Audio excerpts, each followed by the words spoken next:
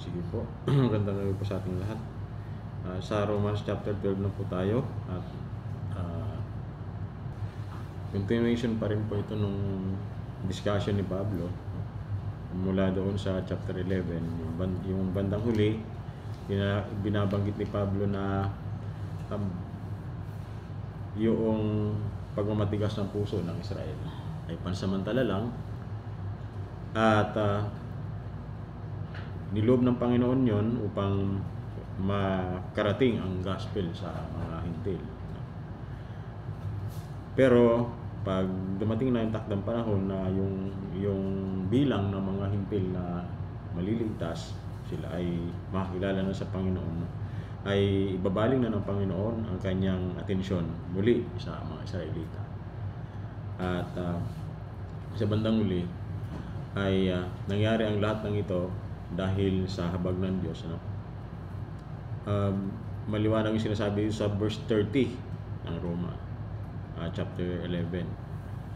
Noong kayong mga hintil ay hindi sumusunod sa Diyos, ngunit ngayon kayo ay tumanggap ng habag ng Diyos nang sumuway ang mga Hudyo. Gayun din naman dahil sa habag ng Diyos sa inyo na inyong naranasan, sinusuway naman ngayon ng mga Hudyo ang Diyos.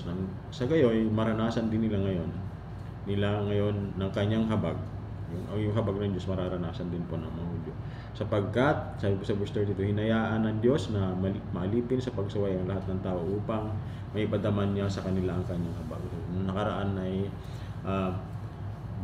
nabanggit ko noong nakaraan na para mahayag talaga yung kagandahan ng habag ng Diyos, yung kadakilaan ng habag ng Diyos, yung kanyang mercy, ay kinakailangan talaga na mayroong paglabag, mayroong pagsuway, na pagpapakitaan ng kanyang paglabag, ng kanyang kahabagan.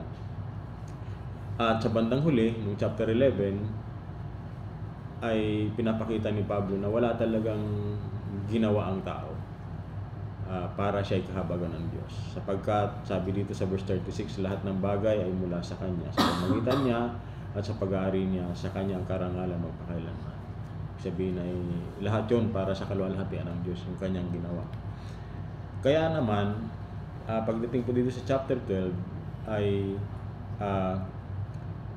binabanggit ni Pablo yung ano ba talaga yung dapat na maging pamumuhay ng mga taong kinahabagan ng Diyos, ng mga taong nakaranas ng Diyos. Hintil o Hudyo man na kinahabagan ng Diyos o nakaranas ng kahabagan ng Diyos, ano yung dapat na maging tugon? Sabi dyan sa verse 1 ay, kaya nga mga kapatid, alang-alang sa masaganang habag ng Diyos sa atin, ako'y nakikiusap sa inyo na ialay ninyo ang inyong sarili bilang isang buhay na handog. At sa kabuuan, 1 hanggang 2, ay binabanggit ni Pablo na ang tugon sa kahabagan ng Diyos ay yung pagbabago natin ng kaisipan, ng pag-iisip. No? Yung paghandog natin ang ating buhay sa Panginoon at pagbabago ng ating kaisipan. Yung transformation ng ating isip. Sabi doon ay, be transformed at hindi na tayo dapat magkukonform sa mundo, sa sanlibutan. Upang nasa ganon ay malaman natin kung ano talaga yung kalooban ng Diyos sa atin. Dito binabanggit ni Pablo na ialay ng mga sinusulatan niya na Kristiyano ang kanilang sarili sa Diyos na buhay at malinis o banal. At pagdating po dito sa verse 2, huwag kayong makiayon sa takbo ng mundong ito. Sa halip, hayaan ninyong baguhin ng Diyos ang inyong pag-iisip. Yung transformation po na tinutukoy dito ni Pablo ay hindi ito transformation unto salvation. Kasi, siyempre ligtas na yung mga tao na yun, yung mga hintil at saka mga Hudyo na Kristiyano ang kanyang sinasabihan. Pero kahit ganon, ay ang encouragement o yung paghimok ni Pablo dito sa kanila ay baguhin nila yung kanilang pag-iisip patungo sa pag-iisip ng mga bagay na kalugod-lugod sa Diyos. Kasi sila ay mga kinahabagan na ng Diyos, mga binago na, at ito'y bahagi ng kanilang paghahandog, pagsamba sa Diyos, yung buong buhay. yung pagsamba kasi naiisip agad natin, no? Na pag tayo tuwing Sunday ay sumasamba tayo sa Panginoon, maawi tayo, tumutugtog o kaya kung ano man yung ginagawa at mga offering. Pero yung mga bagay na yun, part lang ng pagsamba natin ng isang Kristiyano. Ang totoo, yung buhay natin talaga, yung lahat ng aspeto ng buhay ng isang Kristiyano ay pagsamba sa Panginoon. Kahit na tayo ay wala sa church. Yun kasi ang kaisipan ng mga tao, ng mga Kristiyano, karaniwang Kristiyano, punta tayo sa church, sasamba tayo, aawi tayo sa Panginoon, sasamba tayo. Pero yung mga yon ay bahagi lamang ng ating pagsamba ng buhay natin na sumasamba sa Panginoon. Actually, sabi nga ni John MacArthur, yung singing, hindi naman niya worship yan. Singing yun, hindi worship. So, part ng ating pagsamba sa Panginoon, o yung anumang ginagawa natin sa church, sa liturgy, sa service natin, worship service, yun ay bahagi ng ating pagsamba bilang mananampalataya. At kasama doon, yung kung paano tayo namumuhay maging sa labas ng iglesia, simbahan. Kaya sabi ni Pablo, wag na kayong makiayon sa sanlibutan ito. Sa halip ay magbago na kayo ng pag-iisip. Sinasabi niya doon sa mga Hudyo na convert at saka doon mismo sa mga hintil na convert. Kumbaga, kayo na mga Hudyo dati, kung kayo ay ang inyong dating nilalakaran at sinusunod yung mga kautusan na ito ay nag-udyok sa inyo lalo, nag-aakay sa inyo lalo upang magkasala at sumuway sa Panginoon, ay kayo ay nasa ilalim na ng biyaya ng kagandahan ng Diyos. Therefore,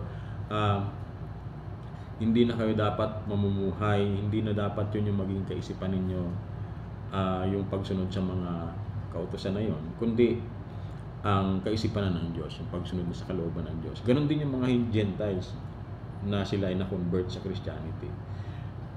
Dati sila ay ang kaisipan na sinusunod nila yung pagan practices, no? Kung ano-ano man na idolatry, pagsamba sa mga Diyos-Diyosan, sa yung mga orgies, no? Yung kahalayan sa panahon at during that time, kasi lalo na yung mga na-impluwensyahan ng Hellenismo sa Griego, ay yung filosofiya nilang yun pagkasama doon, pati yung mga pagsamba sa Diyos-Diyosan na ang paraan ng kanilang pagsamba ay bahagi noon yung sexual practices, no? At para sa kanila ay ordinary lamang yung kahalayan. Sabi ni Pablo ay hindi na yun yung mga ganong kaisipan dapat ay mabago na yun sa inyo. Magbago na kayo ng pag-iisip, kasi kapag hindi nagbago ng pag-iisip bilang isang binago ng Diyos, kinakailangan magbago na kayo ng pag-iisip. Kasi pag hindi nagbago ang inyong pag-iisip, hindi ninyo malalaman kung ano talagang kalooban ng Diyos. Ibig sabihin nito, kung bago na ang iyong pag-iisip, itong mga Gentile at saka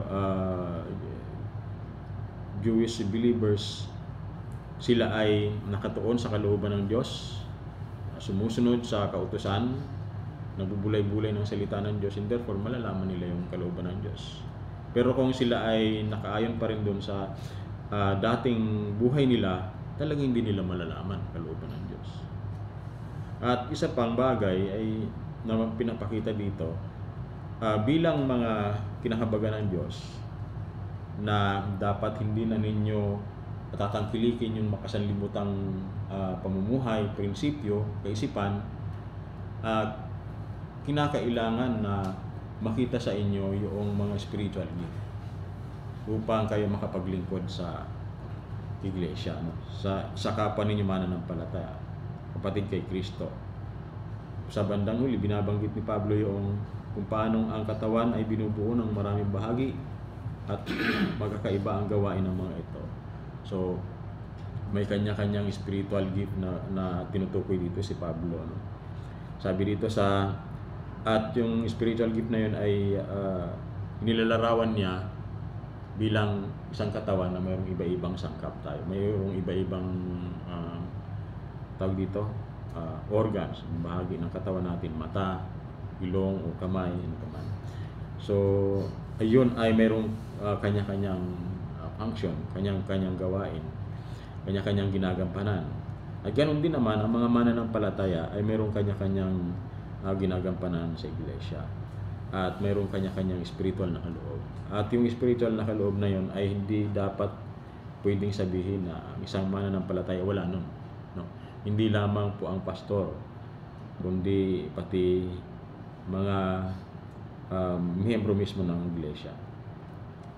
Tumanggap tayo ng iba't ibang kaloob ayon sa kagandahang loob ng Diyos. Kaya gamitin natin ang mga kaloob na iyan kung ang ating mga kaloob ay pagsasalita ng pahayag mula sa Diyos. Magpahayag tayo ng ayon sa sukat ng ating pananampalataya, kung paglilingkod, yung isa ay prophesying, yung isa ay paglilingkod, service, act of service, encouragement, sa verse 8, no? At yung pagkakawang gawa. Pero yung dito po sa chapter, sa verse 6, hindi na of course, dito sa chapter 6, of course, hindi na ibig sabihin na tayo magpa-prophesy pa. Kasi wala na pong ganun. Naalala ko po yung sinabi ni Wayne Grudem sa kanyang books na ang prophesying sa panahon ngayon ay katumbas na lamang ng pagkakaroon ng maraming kaalaman sa salita ng Diyos at kakayahan natin na magturo. Yun ang katumbas ng ngayon. Kasi wala nang ganun po ngayon. So, of course, bilang isang mananampalataya, ay may kanya-kanya tayong level ng ating spirituality. Mayroong isang bago pa lang na mananampalataya, mayroong isang matured na yung kanyang spirituality, marami na siyang nalalaman sa salita ng Diyos, at siya ay maaari na magturo. Pero tayong mga Kristiyano ay bagaman yung iba bago pa lang sa pananampalataya nila ay pwede silang mag-share ng gospel. Hindi pwede nating sabihin na Kristiyano ka tapos hindi naman walang kakayahan na mag-share ng gospel. Of course, alam natin yung basic na kahit na yung isang verse lang, makakapag-share ka na ng salita ng Diyos sa iba. John 3:16, sabi ng iba. At sabi dito, ano pa yung isang kaloob dito? Ayun nga, yung paglilingkod, leadership, at yung pagiging encourager, at yung pagkakawang gawa. Tapos ang lahat ng ito po ay ang motivation ay ang banal na spirito. Yun yung nag-uudyok sa atin kasi hindi naman ito magagawa ng mga hindi mananampalataya. Hindi nito magagawa ng totoo.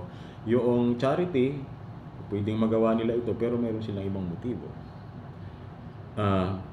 Pero yung pagtuturo, pangangaral ng salita ng Diyos, pag-i-encourage ng bilang isang Kristiyano, ito talaga ay ibinigay ng Diyos sa pamamagitan ng banal na spirito sa mga mananampalataya.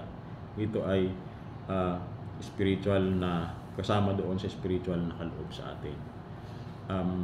Meron lang pagkakaiba, yung iba kasi iniisip na pati yung kanilang galing sa pagguhit ay spiritual gift din. Yung galing sa pagtugtog, spiritual gift din. Pero yung mga yun po ay talent, skills natin. Iba po yun kaysa dito sa binabanggit ko ni Pablo ng mga spiritual na kaloob na tanging mga mananampalataya lang mayroon. At itong mga spiritual na kaloob na ito, kung ito ay gagamitin po natin, i-apply natin sa buhay natin bilang mga mananampalataya, kinakailangan daw pong gawin natin ito ng buong puso. Kung paglilingkod ang ating kaloob, maglingkod tayo. Doon sa ibang salin na maglingkod tayo ng totoo, ng tunay talaga. Magturo, ibig sabihin ay gamitin natin, magturo tayo ng buong husay, seryosohin yung lahat ng bagay na ginagawa natin para sa Panginoon. At isa puso. So ito yung binabanggit ni Pablo dito, And then kung meron tayong kanya-kanyang lugar sa iglesia, ang mga mananampalataya. Mayroong kaloob sa